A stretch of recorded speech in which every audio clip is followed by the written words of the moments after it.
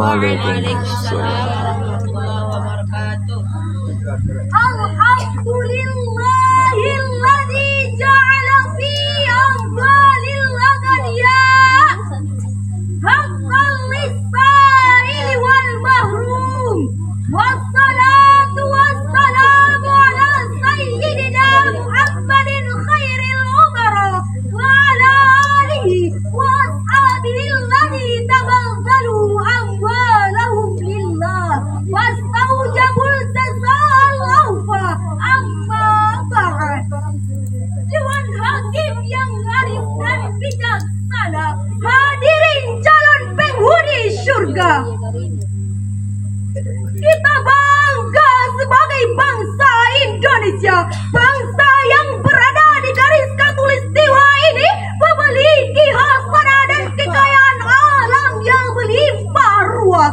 Menurut data dari Badan Statistik Nasional, luas lahan persawahan mencapai 8 juta hektar.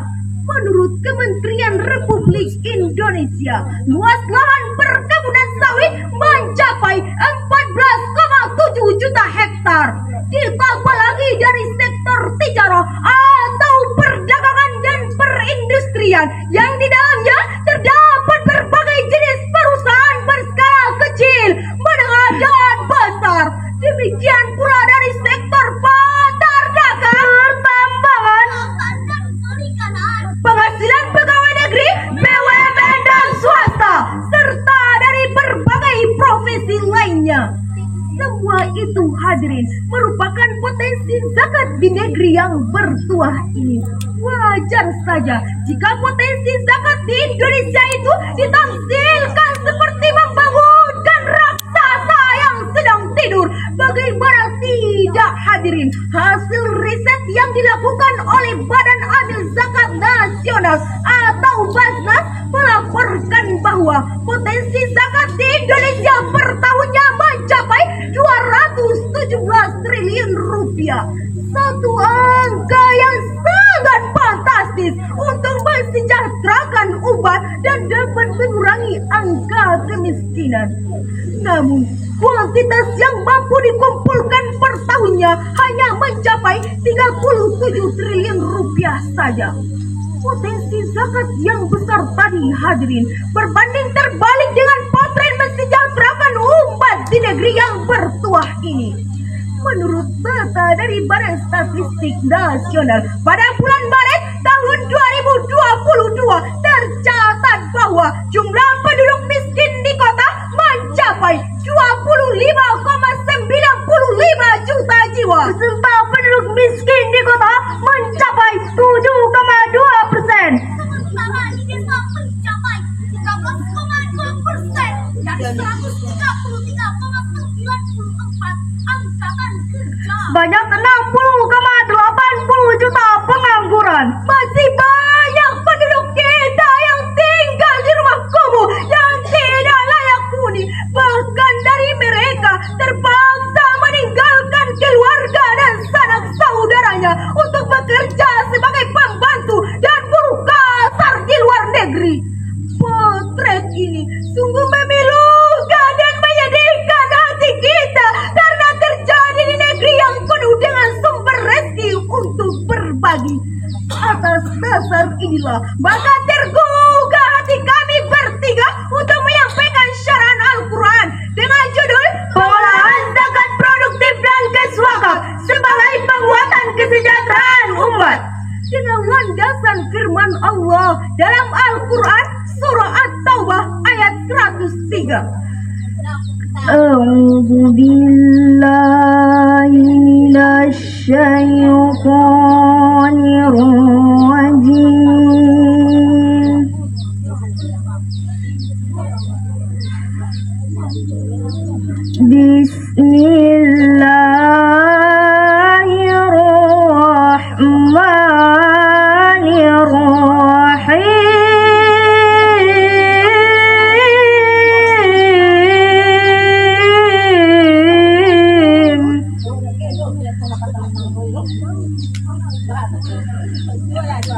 Khudh min amwalihim صدقة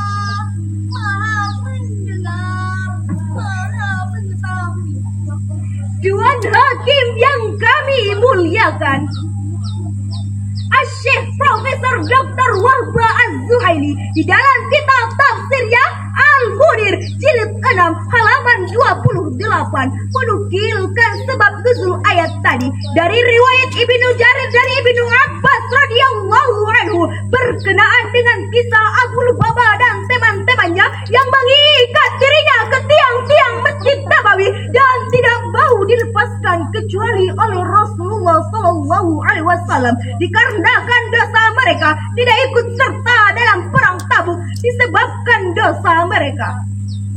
Setelah dilepaskan, mereka datang menghampiri Rasul dengan membawa sebagian dari harta mereka. Lalu mereka berkata, "Wahai Rasulullah, ambillah sebagian dari harta kami, lalu bersedekahlah dengannya untuk kami, dan mohonlah ampunan untuk kami." Lalu Rasul menjawab, "Saya tidak akan mengambil sedikit pun harta dari kalian, sehingga datanglah perintah Allah dan turunlah ayat yang telah dibacakan tadi." Lalu hadirin, menurut Profesor Dr. Muhammad Quraisyah di dalam kitab tafsirnya Al-Misbah volume 5 halaman 232 menjelaskan tentang ayat yang telah dibacakan tadi. Walaupun dalam konteks uraian tentang Abu Lubabah dan teman-temannya ia berlaku umum. Demikian walaupun dalam redaksinya hanya ditunjukkan kepada Rasul, ia juga bersifat umum, yakni ditunjukkan kepada siapa saja yang telah menjadi penguasa. Oleh sebab itu hadirin, ketika sekelompok orang di zaman Abu Bakar As-Siddiq menolak untuk menunaikan zakat dengan dalih bahwa ayat yang telah dibacakan tadi hanya ditunjukkan kepada Rasul, maka Abu Bakar menolak dalih tersebut dan memerangi mereka. Hadirin, Profesor Dr. Yusuf Al-Qardawi di dalam karya monumentalnya Fiqhuz Zakah jilid 2 halaman 747 mengatakan kepada kita bahwa kewajiban zakat bukanlah kewajiban individual, sehingga siapa yang kuat iman dan mengharap pada akhirat akan menunaikannya. Akan tetapi siapa yang lemah iman dan bakhil tidak akan menunaikannya. Sekali-kali tidak demikian hadirin. Kewajiban zakat yang bersifat manajerial menjadi tugas penguasa atau peran penguasa, pengelola dan pendistribusiannya. Oleh sebab itu hadirin, dapat kita pahami peran penguasa dalam upaya meningkatkan kuantitas zakat memiliki peran yang sangat signifikan. Saudaraku, siapa kita? Indonesia. Siapa kita? Indonesia. Siapa kita? Indonesia. Waras. Sebuah senandung mengingatkan kita. Bagi muslim yang banyak harta, hitunglah ia batas nisabnya. Kalau setahun sudah dipunya, bayarlah pula zakat hartanya. Bayarkan zakat kepada mereka, 8 golongan yang Allah suka, agar berkah selalu terbuka. Akhirat kelak berbalas surga, akhirat kelak berbalas surga, akhirat kelak berbalas surga. Hadirin, Profesor Dr. Yusuf Al-Qaradawi di dalam kitabnya Fiqhuz Zakah jilid 2 halaman 543 mengatakan kepada kita bahwa para ahli ekonomi telah mengingatkan hal yang sangat penting, bukan bagaimana untuk meningkatkan pendapatan, akan tetapi bagaimana cara pengelolaan dan pendistribusiannya. Oleh sebab itu hadirin, tidak heran jika Al-Quranil Karim menjadi aspek kepada siapa saja zakat tersebut didistribusikan. Jawabannya terdapat di dalam Al-Quran surah At-Taubah ayat 60 yang akan dilanjutkan oleh qari'ah kami berikut ini. Innamas sadaqatu lil fuqara'i wal masakini wal 'amilina 'alayha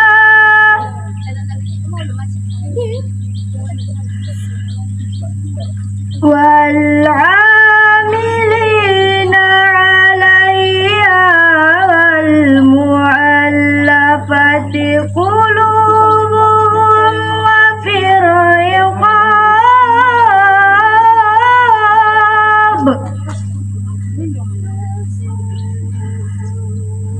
wa fir riqabi wal gharimina wa fi sabilillahi wa banis sabil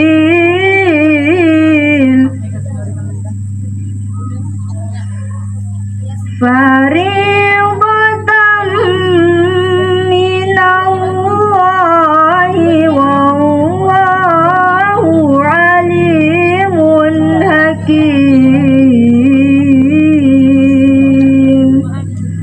Sadaqallahul azim. Sesungguhnya zakat itu hanyalah untuk orang-orang fakir, orang miskin. Ambil zakat yang dilunakkan hatinya atau mualaf untuk memerdekakan hamba sahaya, untuk membebaskan orang berhutang, untuk jalan Allah, dan untuk orang-orang yang sedang dalam perjalanan sebagai kewajiban dari Allah. Allah Maha mengetahui, Maha bijaksana, Maha benar. Allah yang Maha agung atas segala firman-firman-Nya.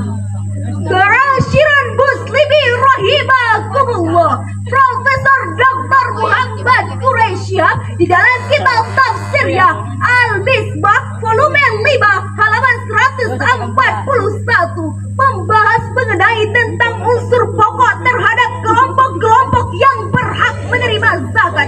Dan pada ayat tadi terdapat kata innama yang dalam ilmu ma'ani merupakan salah satu adatul hasri yang berfungsi untuk mensignifikan.